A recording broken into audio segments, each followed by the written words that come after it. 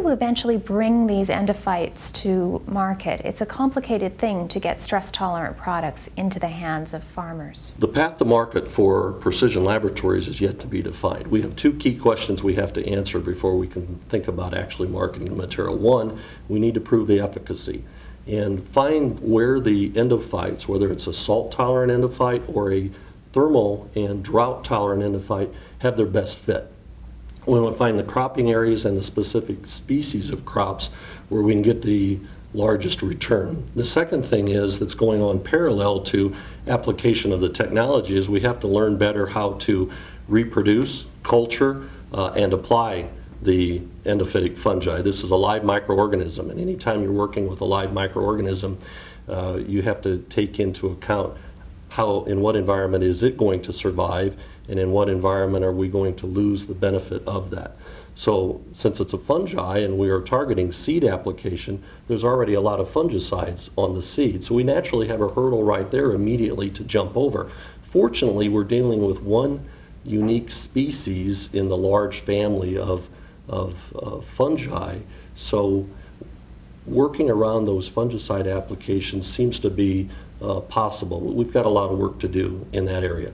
But to answer your specific question is how we'll go to market, I think the best fit is for us to find partnerships either with seed companies that see a natural fit with all of the traits that they're developing and trying to answer that question on managing drought, and or secondly, to pair the product up with downstream producers and consumers of seed that it may not make sense upstream for a variety of reasons, either economically or survival of the fungi, but we can apply that fungi downstream and get the same benefit. So the path to market is yet to be defined because we have some questions to answer, but we are looking at partnerships with major seed companies and with other participants in this industry.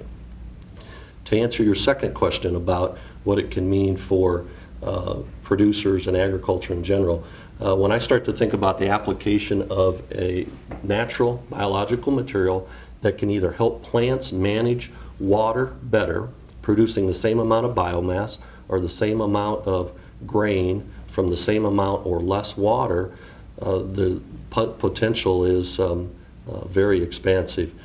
In irrigated agriculture, maybe we can manage our water resources better, and I fully believe that water resource management is going to be a huge challenge for us as we move forward. Agriculture is going to have to continue to produce food and fiber for an expanding population with a smaller amount of acres, and we're going to have to compete with people for water use. So if we can manage that water better. And then as far as a salt-tolerant endophyte, if we then can take that endophyte and put it into a plant that it can tolerate a more saline solution in the soil, there's lands that we can bring back into production or begin producing in areas that aren't productive today. So there's a lot of opportunities around the world to use these type of natural occurring endophytes to continue to produce food and fiber for the population.